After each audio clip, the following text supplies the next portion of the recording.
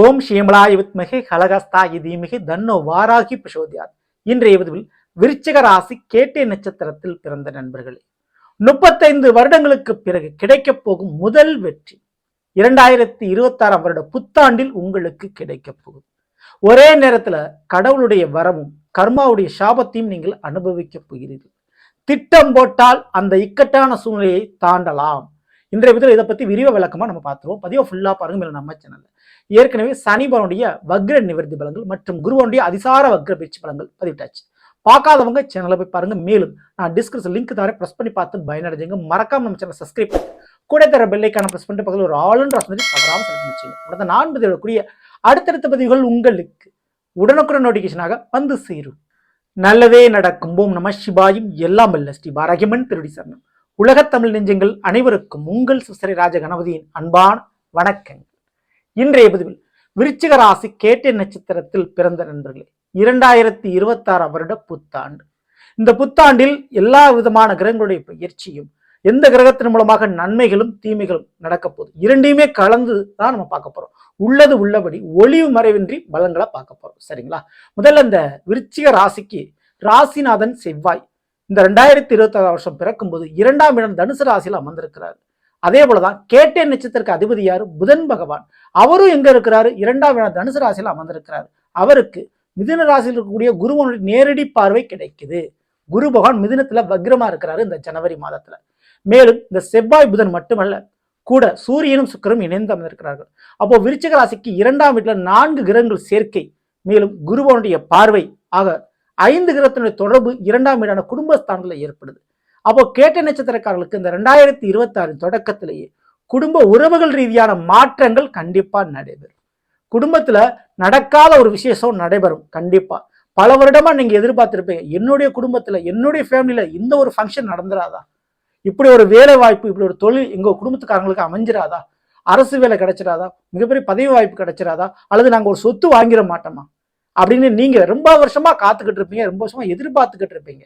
அப்படிப்பட்ட அந்த எதிர்பார்ப்பு இந்த 2026 பூர்த்தி அடையும். ஓகேங்களா? மேலும் ராகு பகவான் உங்களுடைய விருச்சிகத்திற்கு 4ஆம் வீடான கும்பத்தில் அமர்ந்திருக்கிறாரு. தன்னுடைய சதய நட்சத்திரத்தில் பயணிச்சுக்கிட்டு இருக்கிறாரு. வீடு மாற்றம், மண்டி வாகன மாற்றங்கள் ஏற்படலாம். படிக்கிற மாணவர்களுக்கு கொஞ்சம் கல்வி தடை ஏற்பட வாய்ப்புண்டு. ஆனா ஸ்போர்ட்ஸ் ஆக்டிவிட்டி சூப்பரா இருக்கும். ஓகேங்களா? மற்ற விஷயத்துல கெட்டிக்காரர்களாக பரிசும் பாராட்டுகளும் பெறுவாங்க. ஸோ படிக்கிற மாணவர்களுக்கு இந்த படிப்பு விஷயத்துல மட்டும் கூடுதல் கவனத்தை செலுத்த வேண்டியது அவசியமா இருக்குது. கல்வி தடை ஏற்படலாம். வேற ஸ்கூலோ வேற காலேஜோ மாறுறதுக்கோ அல்லது பாட்டி தாத்தா ஊர்ல ஹாஸ்டல் தங்கி படிக்கிறதுக்கோ வாய்ப்பு உண்டு. படிப்புக்காக பயணங்கள் அதிகரிக்கும். ஓகேங்களா? மேலும் பெண்களை பொறுத்த வரைக்கும், இந்த கேட்டகரியில் பிறந்த பெண்களை பொறுத்த வரைக்கும் கர்ப்பப்பை சம்பந்தமான பிரச்சனை கொஞ்சம் வந்துட்டு போலாம். கொஞ்சம் கவனத்தோட நீங்க இருந்துங்க. தேவையில்லாத நட்பு வட்டாரங்கள் விரிவடையும். அது தேவையில்லாத பழக்க வழக்கங்களை குறைச்சிக்கிறது நல்லது இந்த 2026. சரிங்களா? மேலும் 4இல் ராகு, மேலும் 10இல் சிம்ம ராசியில கேது பகவான் வந்திருக்கிறார். ராகு எது பயிற்சி 2026 கிடையாது, அதே ராசியில தான் இருக்க போறாங்க. கேதுவான் தன்னுடைய நட்சத்திரமான மக நட்சத்திரத்தில் பயணிக்க போறாரு இந்த 2026. விருச்சிக ராசிக்கு அது 10ஆம் வீடு. கர்மக்காரகன் சனி பகவான் 5ஆம் வீடு மீன ராசியில அமர்ந்திருக்கிறார். சரிங்களா? அதே நேரத்துல கர்மஸ்தானம்னு சொல்லுவோம், அதான் தொழில் ஸ்தானம் 10ஆம் வீடு. அந்த 10ஆம் வீட்டுல ஞானக்காரகன் மோட்சக்காரன் சொல்லக்கூடிய கேது பகவான் அமர்ந்திருக்கிறாருங்க.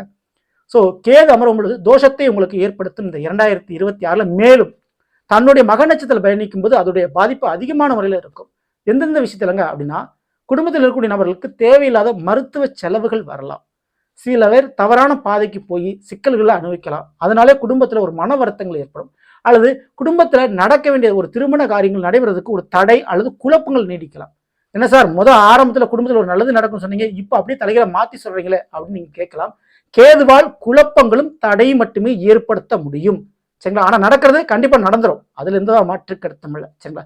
அதுக்கு என்ன காரணம்னா, குருவானுடைய பார்வை ஜூன் மாதத்திற்கு பிறகு மிதுன ராசியிலிருந்து கடக ராசிக்கு வந்து உச்சமடையக்கூடிய குரு பகவான் 5ஆம் பார்வையா உங்க விருச்சிக ராசியை பார்க்கிறார்.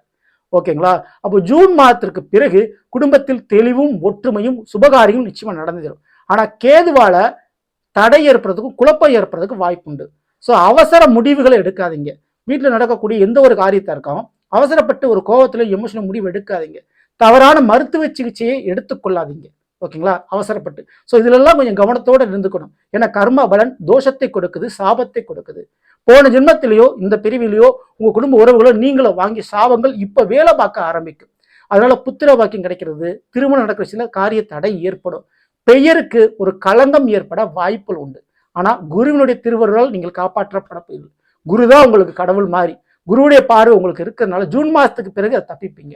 அப்ப ஜூன் மாதம் வரை எந்த ஒரு விஷயத்திலும் அவசர முடிவுகள் எடுக்க வேண்டாம். மற்றவங்க ஒரு ஆலோசனை கேட்டு எடுக்கிறது நல்லது. அதே போல தொழில் விஷயம், ஆடம்பரமான ஒரு தொழிலை நீங்க தொடங்கி பெரிய முதலீடு பண்ணிட வேண்டாம். இருக்கிற தொழிலை பண்ணிக்கிறது நல்லது கேட்ட நட்சத்திரக்காரங்களுக்கு. அதுவே மருத்துவம் சார்ந்த தொழில், இம்போர்ட் எக்ஸ்போர்ட் சம்பந்தப்பட்ட தொழில், விவசாயம் சம்பந்தப்பட்ட தொழில் சூப்பரா இருக்கும். அதெல்லாம் தாராளமா நீங்க பண்ணிக்கலாம். ஓகேங்களா? ஸோ மற்ற தொழில்களில் ஈடுபடக்கூடிய கொஞ்சம் கவனத்தோடுங்க. அரசு வேலை பார்ப்பவர்கள் தேவையில்லாத கெட்ட பேர் வாங்குறதுக்கு வாய்ப்புகள் உண்டு, தேவையில்லாத வழக்குகள் பிரதேசிக்கிறதுக்கு வாய்ப்பு உண்டு, கொஞ்சம் கவனத்தோடுங்க. ஸோ குருவுடைய பார்வை கிடைப்பதால் நிச்சயம் பதவி உயர்வு ப்ரமோஷன் உண்டு, அதுல எந்த மாற்று கருத்து. ஆனா அதுக்கு முன்னாடி இந்த மாதிரி ஒரு சூழ்ச்சியில மாற்றுறதுக்கு வாய்ப்பு இருக்கு. கொஞ்சம் கவனத்தோட நீங்க இருந்தா, அதாவது திட்டம் போட்டால் நீங்க இந்த இக்கட்டான சூழ்நிலையை தாண்ட முடியும். அப்ப கேட்ட நிச்சயத்துக்காக 2026 என்ன தேவை அப்படின்னா, சூழ்ச்சியும் வஞ்சகத்தையும் வீழ்த்தக்கூடிய, அதை முறியடிக்கக்கூடிய யுக்தி, கொஞ்சம் அவேர்னஸ், விழிப்புணர்வு கண்டிப்பா தேவை. ஒரே நேரத்துல உங்களுக்கு பதவி உயர்வு, ப்ரமோஷன், வீட்டுல ஒரு நல்லது நடக்க போறது யோகமும் உண்டு.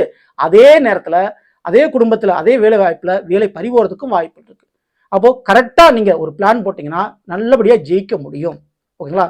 அது மற்றவருடைய சூழ்ச்சி வஞ்சகத்தால் மட்டுமே நடக்கும். இந்த 2026 கரணம் தப்பினால் மரணம் சொல்லுவாங்கல்ல, அந்த மாதிரி தாங்க இந்த விஷயம். ஸோ 2026 அந்த மாதிரி ஒரு விழிப்புணர்வுங்க. ஆனா கடவுள் உங்கள் பக்கம் இருக்கிறார். குரு பார்வை உங்களுக்கு கிடைத்துக் கொண்டிருப்பதால் தெய்வ வழிபாடுகள், பரிகாரங்கள், பிரார்த்தனைகள் மற்றும் அன்னதான காரியங்கள்ல கலந்துக்குங்க. அதெல்லாம் மிகப்பெரிய ஒரு நன்மையை உங்களுக்கு செய்யும். அரசமர வழிபாடு பெரிதளவு ஒரு பாக்கியத்தை கொடுக்கும்.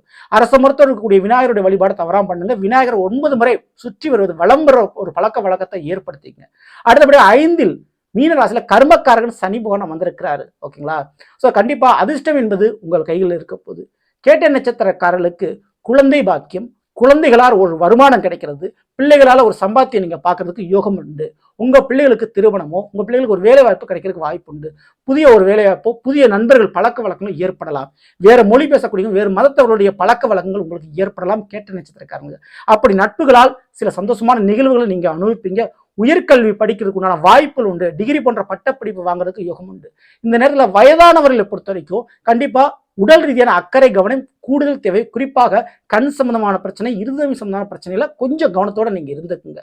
பெண்களை பொறுத்த வரைக்கும் நான் ஏற்கனவே சொன்ன மாதிரி கற்பு விஷயத்தில், மானங்கள் சம்பந்தப்பட்ட விஷயத்தில் சில கலங்கங்கள், சில பிரச்சனைகள் ஏற்படுறதுக்கு வாய்ப்பு இருக்கு. தேவையில்லாத பழிச்சொல்லுக்கு ஆளாயிராதீங்க. சரிங்களா? அதே மாணவர்களாக இருந்தால் சின்ன கல்வி தடைக்கு உண்டான வாய்ப்புகள் உண்டு.